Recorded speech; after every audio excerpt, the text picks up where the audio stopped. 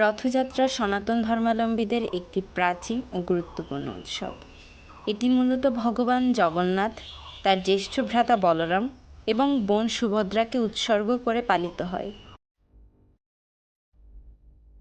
প্রতি বছর আষাঢ় মাসের শুক্লপক্ষের দ্বিতীয়া তিথিতে এই উৎসব অনুষ্ঠিত হয়।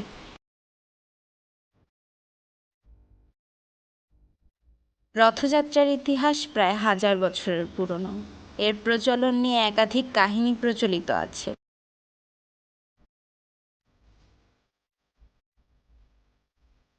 সবচেয়ে প্রচলিত কাহিনী হলো জ্যৈষ্ঠ মাসের পূর্ণিমায় দেবস্নান পূর্ণিমার পরে ভগবান জগন্নাথ অসুস্থ হয়ে পড়েন।